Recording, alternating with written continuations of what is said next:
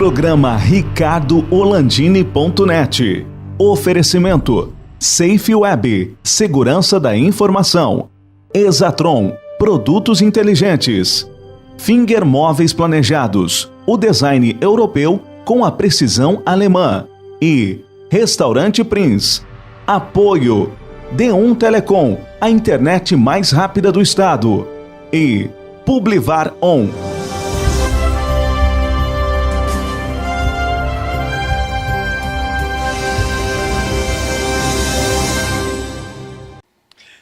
Encontro aqui no terraço do Ritter Hotel, uma vista maravilhosa da cidade antiga, do centro histórico de Porto Alegre, né? O meu amigo, professor Newton Braga Rosa, ex-vereador de Porto Alegre, uma vez vereador, sempre vereador, já diria o meu amigo o Meira, que diz, né, que está sempre metido nessa área aí. Mas o Newton... Vamos falar, todo mundo falando de eletroeletrônica, e tu és um cara lá nos anos 60, anos 70, tu já estava lá, né? Já te entreguei, né? Já estava lá nos 60. Então, começava aqui no Rio Grande do Sul, baseado principalmente na Universidade Federal do Rio Grande do Sul, um núcleo muito forte de inteligência na área de tecnologia da informação e comunicação. A informática, a eletroeletrônica, tudo isso surgia ali. E os alunos, teus alunos e outros alunos, abriram empresas grandes de nome nacional, internacional, inclusive empresas que hoje são multinacionais, já saíram daqui ou estão operando também forte fora do Brasil. Como é que tu vê Rio Grande do Sul e a área de eletroeletrônica, de tecnologia da informação e comunicação?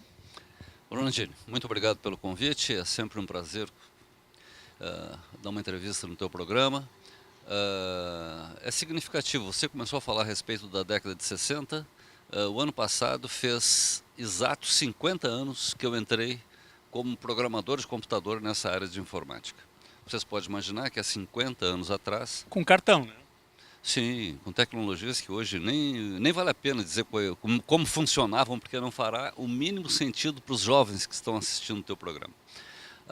Foi uma trajetória interessantíssima e se naquela época, em 1967, 68, se eu tivesse escrito um artigo de ficção científica sobre como seriam os computadores em 2018, eu jamais teria me atrevido a tanto.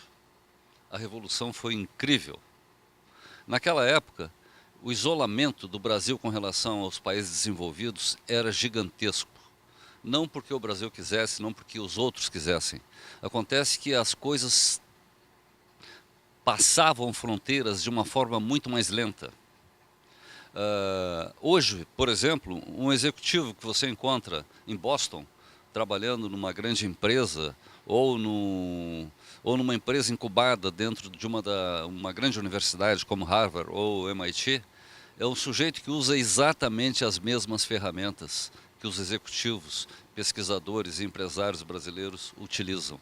Ou seja, pela primeira vez nós estamos numa, abre aspas, guerra, fecha aspas, com o mesmo tipo de armamento e munição do que você encontra em outros lugares. Isso, há 50 anos atrás, era um sonho muito distante, muito distante. O Brasil não conhecia as ferramentas mais atualizadas. Os automóveis que circulavam pelas ruas brasileiras, os caminhões, as máquinas que nós tínhamos, eram de gerações bem anteriores com relação àquelas que existiam nos países desenvolvidos. O Newton, filme, levava 2, 3 anos, uma estreia de um filme aqui no Brasil. Vocês pegam filmes clássicos dos anos 60, vê a estreia nos Estados Unidos e quando estreou em Portugal e um ano depois no Brasil. Exatamente. Hoje a comunicação é instantânea, você com seu tablet, computador... O Netflix, né? Você tem acesso aos filmes como Netflix, mas também você tem acesso à informação científica de uma forma abundante que jamais se imaginava que poderia alcançar. Hoje você quer saber a opinião a respeito de uma pessoa sobre, eu vi ontem, teoria U.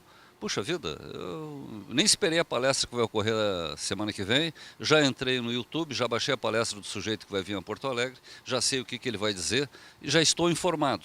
Estarei no evento? Claro que sim. Para quê? Para ver como as pessoas que estão ouvindo a palestra estão reagindo face àquela novidade. Será que elas estão acreditando? Não estão acreditando? Tem reservas? Não tem reservas? Etc. Então, eu gostaria de, nesse introito, dizer assim, ó, uma palavra de otimismo para os jovens que estão assistindo o teu programa. Vocês têm muito mais condições de inserção no mercado mundial do que a minha geração teve. Segundo ponto, a minha geração fez o país crescer muito. O Brasil, em 1967, naquela época eu estava entrando na Escola de Engenharia da URGS como estudante. O Brasil daquela época era a 30ª ou a 40ª economia mundial.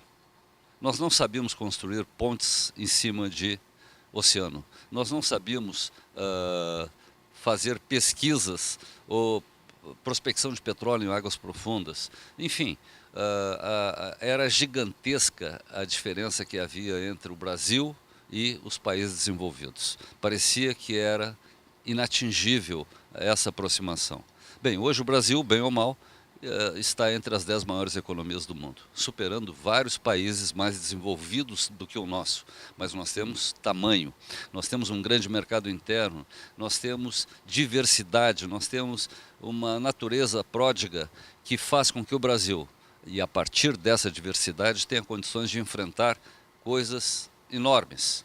Estamos passando agora um processo de depuração, uma depuração moral, cívica, republicana, se vocês quiserem pensar, e que talvez seja muito necessário. Eu sempre tenho dito o seguinte, a minha geração fez o Brasil crescer. A geração dos jovens de hoje vai colocar o país nos trilhos. E, aliás, esse processo já começou. Eu sou muito otimista com relação àquilo que nós estamos vivendo. Acho que nada é indolor, grandes transformações da nossa vida ocorrem a partir de momentos de grandes dificuldades, e o Brasil tem uma resiliência, para usar uma palavra muito na moda, ou seja, a capacidade de resistir às pressões e voltar à sua forma original sem que haja uma deformação plástica irreversível. O país, acredito, e passo essa mensagem, vai superar essa dificuldade, como superou várias outras pelas quais eu já passei.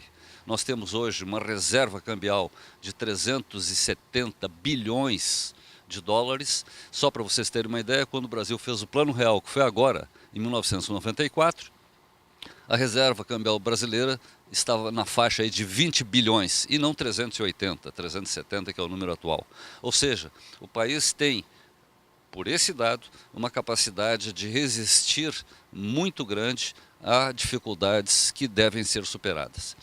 E o terceiro recado, Orlandini, é o seguinte, ó, acreditem na tecnologia.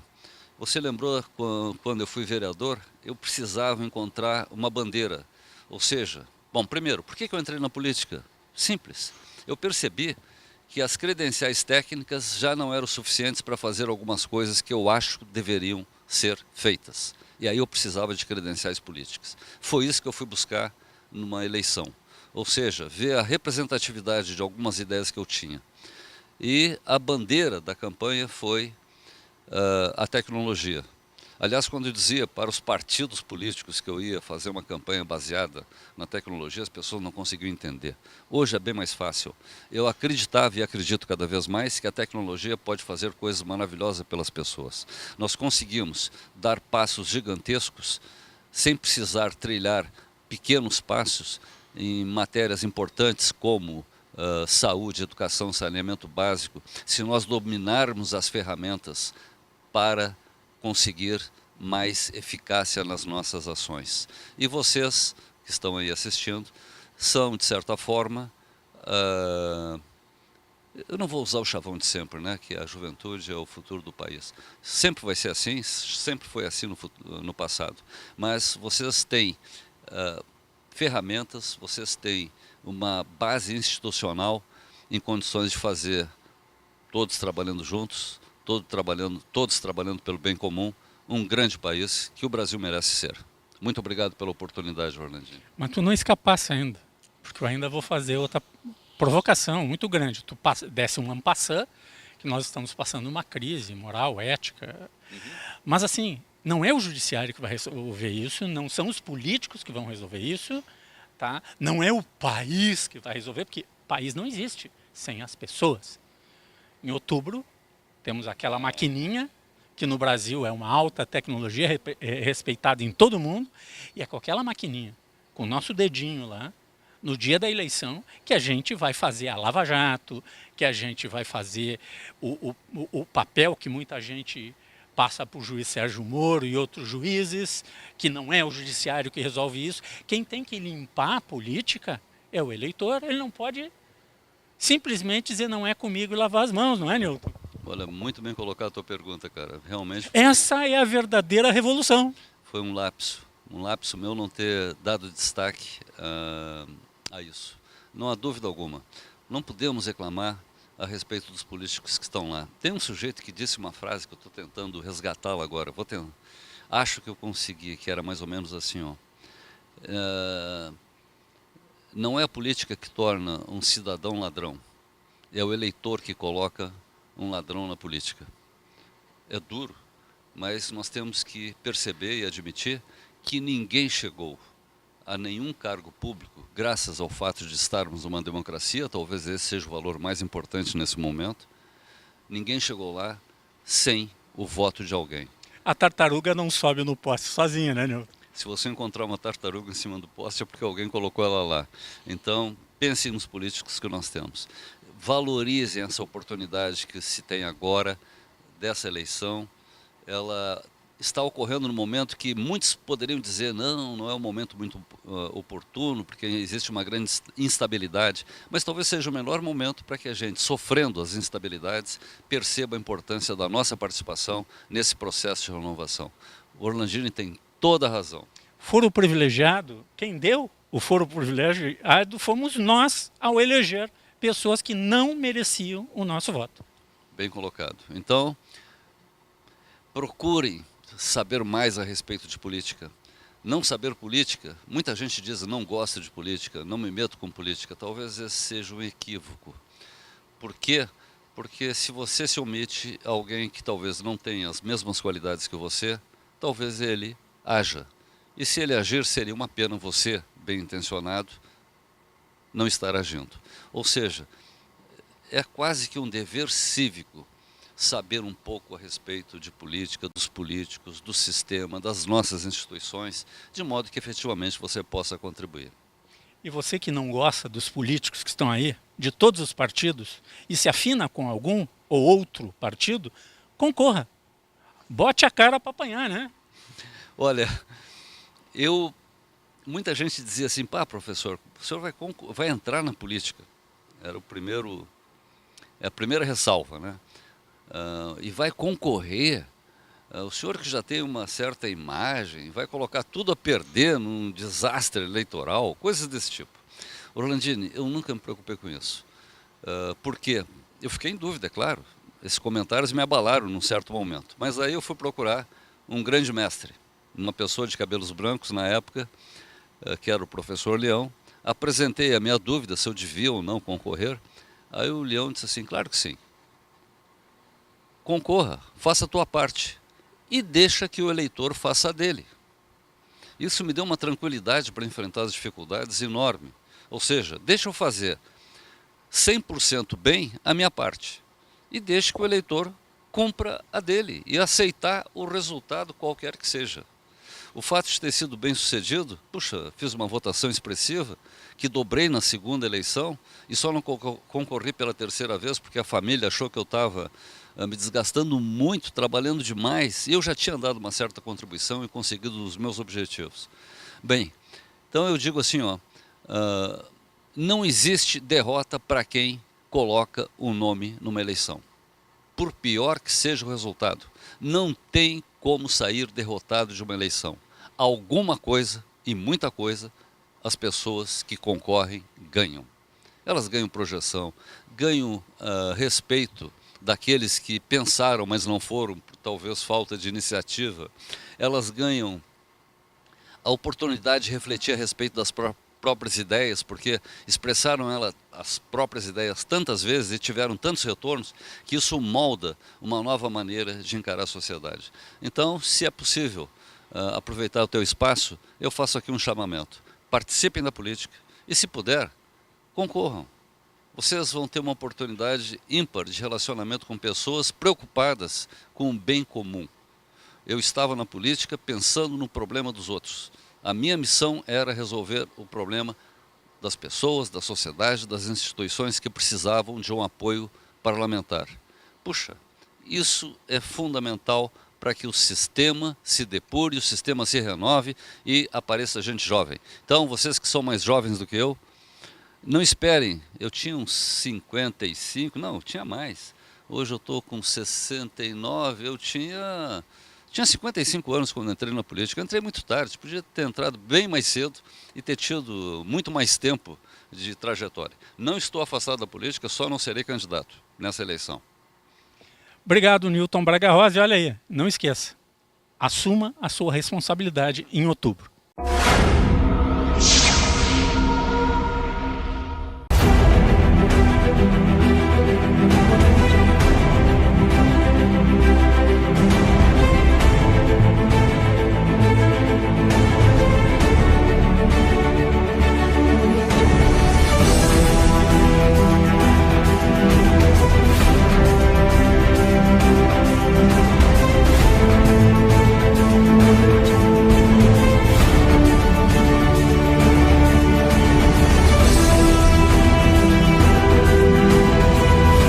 Renata, Paulo e Daniel são assinantes de internet de 3 empresas distintas que possuem resultados práticos muito diferentes. Mas se todos são assinantes do mesmo tipo de serviço, por que o funcionamento não é igual? A resposta é tecnologia. Explicamos. Paulo é assinante de uma tradicional operadora nacional que possui uma rede muito antiga, baseada em uma tecnologia chamada ADSL, onde utiliza-se um cabo metálico para levar o sinal de internet juntamente com o telefone até a casa do assinante. Ocorre que quanto mais longe do armário fica a casa do assinante, mais fraco esse impulso elétrico sinal chega. E aí, com o passar do tempo, esse cabo vai oxidando e isso piorando cada vez mais a qualidade da internet até que se tenha uma conexão lenta e instável. Daniel, por muito tempo, foi cliente da mesma operadora, até que desistiu e contratou um provedor a rádio. Hoje ele tem uma conexão mais veloz, mas ainda assim, em determinados momentos, dias de chuva ou em horários específicos, ele fica sem internet ou com uma conexão extremamente lenta. Por quê? Porque a rede dos provedores a rádio é baseada em uma tecnologia chamada ponto multiponto, onde temos um ponto de concentração chamado de rádio base, que atende a diversos assinantes. É mais ou menos como uma rede de celular. Já notou que em algumas oportunidades não conseguimos realizar ou receber ligações?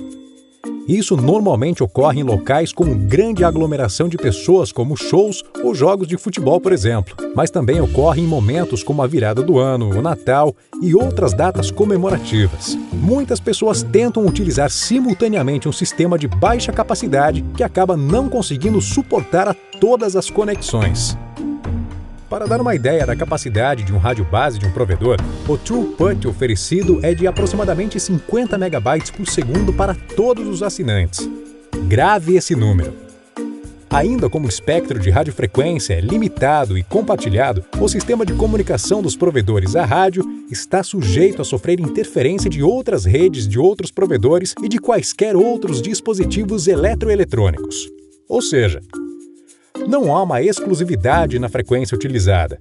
O meio físico, que é o ar, é compartilhado por todos. Imagine-se conversando com uma pessoa estando cada qual em uma extremidade de uma sala. Agora coloque diversas outras pessoas conversando no mesmo ambiente e veja se a comunicação seguirá tão clara como antes. Já a Renata assinou o serviço de internet por fibra ótica da D1 Telecom e, diferentemente de Daniel ou de Paulo, está muito satisfeita com a velocidade que não sofre oscilação. Isso acontece porque, na verdade, a fibra ótica é um fio de vidro. Sim, um vidro bem fino e extremamente limpo. O sinal que trafega neste fio é um pulso de luz que é a coisa mais rápida do universo, viajando a quase 300 mil quilômetros por segundo. Ainda é totalmente imune a qualquer interferência eletromagnética ou de qualquer tipo. Ou seja, utilizamos em nossa rede exclusivamente o melhor e não o mais barato meio de comunicação do mundo, onde a capacidade por assinante, ou também chamado throughput, é de 1 GB ou 1000 megas por segundo. Isto é a D1 levando a melhor internet para a sua casa.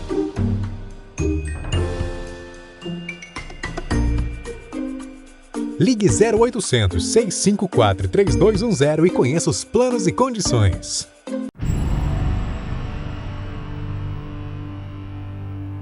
Alô, amigos, comigo, Paulo Velhinho, a história da tecnologia no Rio Grande do Sul, da indústria eletroeletrônica, Grupo Springer, Carrier, tanta coisa que o Velhinho fez. Nós já contamos outro dia quando ele foi lá nos Estados Unidos para pegar dinheiro dos gringos lá, como é que ele fez.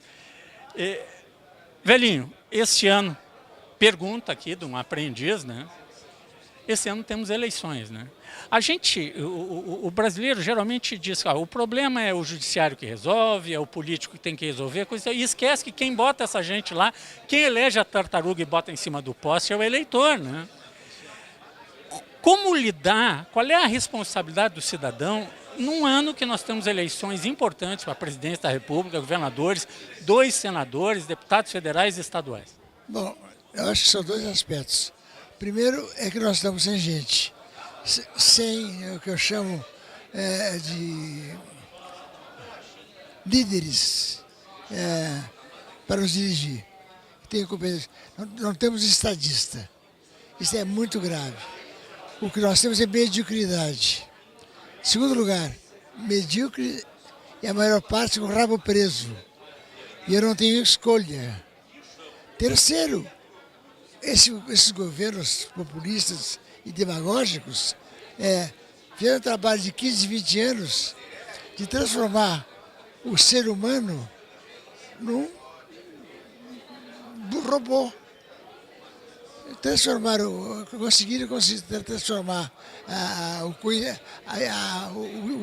o homem, a sua capacidade, em um ser pensante homogeneamente. Ele é capaz de distinguir o discurso e perdoa o ladrão. Quer dizer, eu acho que a nossa sociedade ela foi destruída porque a cidadania acabou. O que sobrou, somos nós, não temos força para eleger. Eu estou muito preocupado mesmo, porque eu digo, eles ressuscitaram o Pinóquio, que é o rei da mentira, né? E ressuscitaram o Pica-Pau, com a cara de pau, que ele sabe que é ladrão, que ele foi. Então, eu acho, se nós podemos mudar o Brasil, temos que mudar o Brasil para não perdê-lo, mas é um processo longo, é uma geração onde se eleja o homem como objetivo principal da nação, em termos de saúde física e mental. Isto passa pelo saneamento básico, falta pela educação, valorização do ensino fundamental, valorização do professor, enfim, é um processo. Fazer de novo o Brasil que eles destruíram. Porque essa massa que está aí, que vota e que vai eleger, como tu disseste, não tem discernimento. Não tem, ela virou robô. Virou robô. Está empobrecido, está falido, está desempregado, está triste. E ele vai votar, vai escolher quem? Esse cardápio de vagabundos que estão aí. É muito triste. Realmente o cardápio que se apresenta de mais de 20 candidatos só para falar em presidência da República é um negócio muito complicado. E não se vê a renovação que a gente esperava. O jovem, mais jovens na política aparecendo aí. Eles estão fugindo da política. Os jovens têm 2 coisas. Uma que eles fazem da política e a outra que eles fazem do Brasil. Estão indo embora. Quer dizer, quando um jovem, que é a nata do futuro, larga isso aqui para ir lá fora, é o princípio do fim. O Uruguai perdeu 1 milhão de jovens que foram embora por falta de oportunidade. Nós estamos fazendo o mesmo, pô. Está acontecendo isso no Brasil? Sim, grande escala. Na minha família, por exemplo, eu tenho 3 netos na Inglaterra, 2 em São Paulo, mais 2 na Europa. Não querem mais, não querem. Porque o Brasil, eu disse, o Brasil não os merece. O Brasil não os merece. O pior que tu falas, ô Velhinho, é uma triste realidade que nós vivemos, as nossas gerações, a tua, a minha e outras que vieram atrás, para que isso não acontecesse. E sofremos muito esse abandono que o jovem perdeu a esperança no Brasil. É isso, eu perdi a esperança. Eu perdi a esperança. Porque cansei de ser mentido, cansei de ser roubado, e não acontece nada. Não acontece nada. Essas figuras que é do clube das cadeiras, que são sempre os mesmos, ladrão, não ladrão, ladrão. Vou dizer. E deu no que deu. Eu estou com 90 anos e infelizmente, o Brasil dos meus sonhos acabou. Este Paulo Velhinho foi presidente da ABIN regional, da ABIN nacional, várias entidades do setor empresarial no Rio Grande do Sul e um dos caras que nos anos 60 lá levantou a indústria gaúcha, né, Velhinho? Foi, eu trabalhei por isso. Obrigado, Velhinho. Obrigado a ti.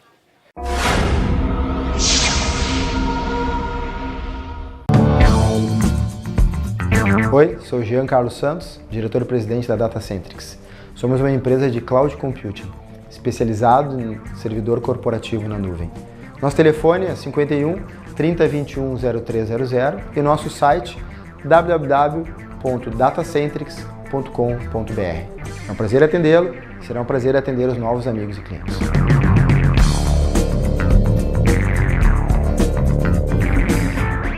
Há mais de 50 anos, o restaurante Prince oferece a seus clientes o original sanduíche aberto, os filés à milanesa, recheado, grelhado, com molho de nata, acebolado ou alho e óleo. Aberto nas noites de segunda a sábado, é perfeito para o happy hour e jantares entre amigos e família. Restaurante Prince, Dom Pedro II, 1469. O endereço pode parecer novo, mas a mostarda continua muito forte. Teleentrega 999613795.